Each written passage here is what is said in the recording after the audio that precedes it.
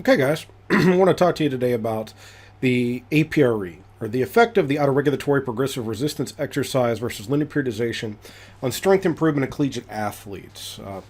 This was taken on athletes at the University of Missouri, and this was actually a very, very simple study to do. We basically took two different programs and see how they worked. Now, a downside to this program is that we used two different years.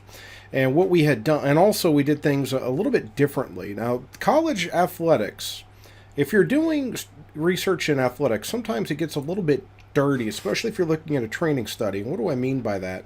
Is that it's going to be really, really difficult to have research standard guidelines for testing whenever you are controlled by the NCAA. So we took the athletes and we used their pre-testing measure as their end of the spring testing 1RM. And then, so the pre to post was PR to PR. It wasn't actually where they, well, not PR to PR, it's post test to post test rather than pre to post. Now, we did it this way because that's, quite frankly, that's the way that we always did it. We had minimal time in the summers. You know, basically, you had, with the discretionary weeks, there's only 5-6 weeks of training, tops. So we don't have time to do an additional pre-test. So we use the post-test from the previous training block as the pre-test for this one. Now, one thing that we did do is make sure that everybody who did the program didn't have a novelty effect. So the only people that were selected for this were the ones who did, for the APRE group, are the ones who did the APRE in the spring, and then we did it again in the summer. So we're looking at the changes there. The linear periodization, they also did the same thing, right? They did linear progression in the spring, linear in the summer as well. Now, most everybody now is familiar with the APRE, but just in case you are not, this is how it works, right? Here, look at table 2. It is so simple, it's easy to mess it up. Now, there's 3 protocols, and interesting to me is, let's take a brief history lesson here. Most common exercise prescription, is 3x10. Well, why did that happen? Well, there was a guy named Captain Thomas DeLorme who was a military surgeon, right? And he dealt with a lot of femoral fractures. And at the time, whenever somebody had a femoral fracture, they just cast them up and smack them on the butt and send them back into active duty when they were done. DeLorme was a weightlifter himself. Pretty impressive physique, especially for that time back in the 1920s. And he deadlifted over 500 pounds, which was, and if you look at the photos, it wasn't a standard barbell. It was this little tiny, maybe a 24-inch bar, and weights were 24 for the inner collars. And then the weights were on the outside. And it was pretty nuts that he was be able to do that with such poor leverages. But anyways, DeLorme started resistance training with his people afterwards. He knew what it had done for him, recovering from a childhood illness, and then returned him to a function, and he got to a high level of strength and physique development as well. So he thought that he would apply those same concepts, and he did 3 sets of 10 because he had 3 plates. He did a warm-up, then he did a second set with a second plate, and he did a third set for as many repetitions as they could do, and 10 was the goal. And then he eventually got more weights and was able to progress things a lot more specifically. That's where the 3 sets of 10 comes from. And then there was a guy named Kenneth Knight, who maybe sometime we'll go back and do the history of the APRE. But as for now, we'll just hit it real quick.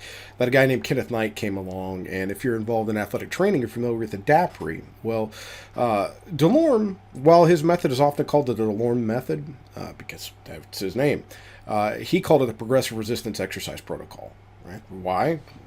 Didn't know what else to call it. It's not like now where they know what were the different adaptations and why were they caused and the neural and all these other things to be able to more specifically name things. He just called it what he could think of at the time. Well, Kenneth Knight came along and he called his the DAPRE. He left the PRE in homage to DeLorme. And then he added on a additional work set, and then he eventually added on adjustment charts, like what we see down here. Then Yuri Veroshansky came along and he took it and he tinkered with it, and then he dropped the D off of it. For it was a daily adjustable progressive resistance exercise, and now this is autoregulatory progressive resistance exercise, and he added a 3-rep protocol onto it. So we can go into more depth about that some other time. I could talk, yeah, I've given talks on the APRE for an hour and 20 minutes of its history. But this is it for the 6RM protocol. So you want to be at approximately your 6RM. That's what you're trying to stay around. You do 10 reps at 50% of your 6RM, not 1RM, your 6RM. Then 75% of that 6RM, your goal weight for the day. And then you'll go and you'll do as many reps as you can. Repetitions to technical failure, so to speak. And I bring that up for the technical failure because if your technique breaks down, stop. You're no longer doing that movement. Your technique is no longer meeting the criteria for that. So don't go to momentary muscular failure, only go to the technical failure. The reps that you get in this set, right here, dictate the load for the subsequent set. And that fourth set, that subsequent set, the repetitions you do there dictates the load for the following week. Yeah, so it's super, super simple. It's so easy, you might it's easy to mess up. And, one of the things there's a mistake that I made in this paper. And I talked about this being better than linear periodization. Well, you know what? We're looking at two different styles of programming versus periodization. Quite frankly, that's all I'm talking about, is that it's a difference in programming. Some of that, this paper came out 10 years ago. I've changed my thought process. I've educated myself, and we make mistakes. It happens. So hopefully you learn and you grow from it. If we look over here, we can see that everybody was about the same age. They were the same training age. They were the same body mass appropriately, about the same height. They were, that's it. We just went through and randomly grabbed, matched them for position. So if we grabbed an offensive lineman, we grabbed from the APRE, we looked at an offensive lineman in the linear periodization group. This was more of a pilot study to go back through and look at it. Now, so let's get to the results here. Now, again, remember that this wasn't a pre to post, meaning that at the start of the year, start of the training block, you came in and you might be a little detrained, so your max is way down. Well, we didn't have that luxury of time. And that's where I'm talking about the dirtiness. So we can't see what those effects were. But, I think that might actually be a strength to this, is that we can see that with the linear progression, they were roughly matching. On bench press, I think they were, within like 5 pounds. Squat, they were within like 10 pounds. I guess maybe bench was within a pound. Squat was within about 10 pounds of their previous max. And the bench press repetitions, they were slightly down. But, that's really zero, that there was no change. And whenever you get down to it, whenever you're dealing with a level of conditioning, academic stress, and strength training that's going on, that's not a bad thing for them to be able to maintain or move up a little bit with that much effort, with that much training stress going on, to be able to maintain. We're doing pretty good because we did run a lot. Now, the APRE group. Now, we also see that this is listed in newtons. Quite frankly, I don't want to talk about that, but it's pretty simple that Dr. Sayers took the changes and kilos, converted them into newtons, and then and went from there. If we talked about pounds, I believe the bench press was something like 15 pounds. The squat was around 25 pounds, I think, 30 pounds, something along those lines. And the repetitions, then we could see that there was a difference of 3 repetitions versus none. And so we could see that clearly that these are, you see the asterisks, it's statistically significant. And it's clinically meaningful as well, the differences that were there. Now, whenever we went back and we looked at the whole team, we saw that there were much the same on the results, except from the bench press, the 225 repetitions test. and this was crazy to me, that we had this massive improvement in strength for the bench press, and we didn't have it for the repetitions test, the 225 test, which befuddled me, and I couldn't figure it out. And I think I took like an extra semester of my dissertation trying to figure out how in the heck did this happen.